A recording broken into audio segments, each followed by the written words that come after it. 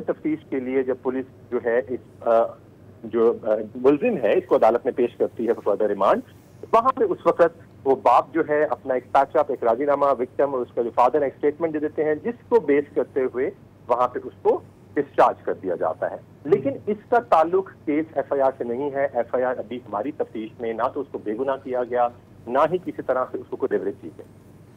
तो अभी पुलिस की तरफ से क्या किया जाएगा? जैसे आपने कहा कि इनको वहां से तो छोड़ दिया है, और जाहिर है कि यार ये अगर एक रेप या अटेम्प्टेड रेप का केस है तो ये पर जाहिर है, जैसे आपने खुद भी बयान किया कि स्टेट की एफआईआर तो इससे नहीं मिलेगी। लेकिन वो जो है मुआविया साहब, वो तो आगे पीछे घूम ही रहे हैं ना इस वक्त। और दूसरा वो जो मेडिकल वाली बात है, और अब और मेडिकल जो एग्जामिनेशन है, क्या वो हुई है, उसके क्या नताइज आए हैं, वो आप कर रहे हैं या परसू कर रहे हैं या नहीं कर रहे हैं?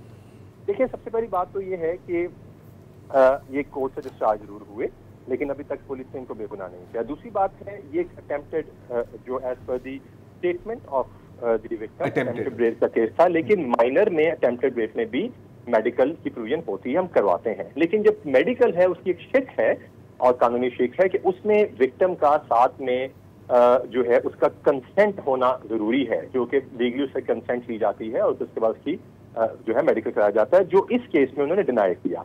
लेकिन हमने एक्यूज की हद तक हमने उसका पोटेंसी टेस्ट जो होता है और जो बाकी फॉर्मेलिटीज होती हैं वो हमने पूरी कर ली। तो लिहाजा वो कहीं भी ऐसा हुक्म नहीं था जिसने तफ्तीश को अफेक्ट किया हो या इसकी डिस्चार्ज या कोर्ट में बेल मिलने पे अफेक्ट किया हो। यानी जो वर्डिक्ट है कोर्ट का या जो चीजें हैं सारी, वो कहीं भी तफ्तीश के हुक्म या तफ्तीश में मराहिल में नहीं है, वो एक पैचअप के ऊपर एक राजीनामा। ठीक है अली ज़िया साहब, आप अपनी तरफ से कोशिश कर रहे हैं, आप जो है चार्जशीट पेश कर देंगे, पूरा प्रोसेस करेंगे। जब गवाही ना मिला तो उसके बाद ये केस दाखिले दफ्तर होने के कितने चांसेस? ये जो इम्पोर्टेंस है इस केस की, हमने अपने अभी सारे जिसे कहते हैं कि इस पे फुल स्टॉप नहीं लगाया। सबसे पहले तो ये है कि इसकी जो कॉग्निजेंस ली गई है वो हाईएस्ट प्रोविंशियल लेवल पे चीफ मिनिस्टर हरसेल्फ उन्होंने ले ली हुई है।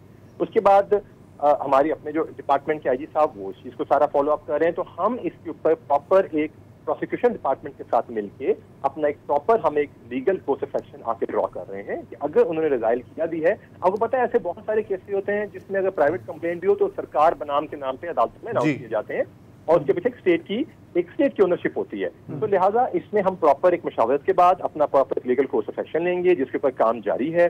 30 तारीख को उन्होंने जो है इसके हक में स्टेटमेंट दी थी, उसकी वो डिस्चार्ज हुआ और बीच में संडे था और तब से आज तक इसके ऊपर काम हो रहा है। इंशाल्लाह प्रॉपर इसके जो कल के दिन तक इंशाल्लाह इसके ऊपर जो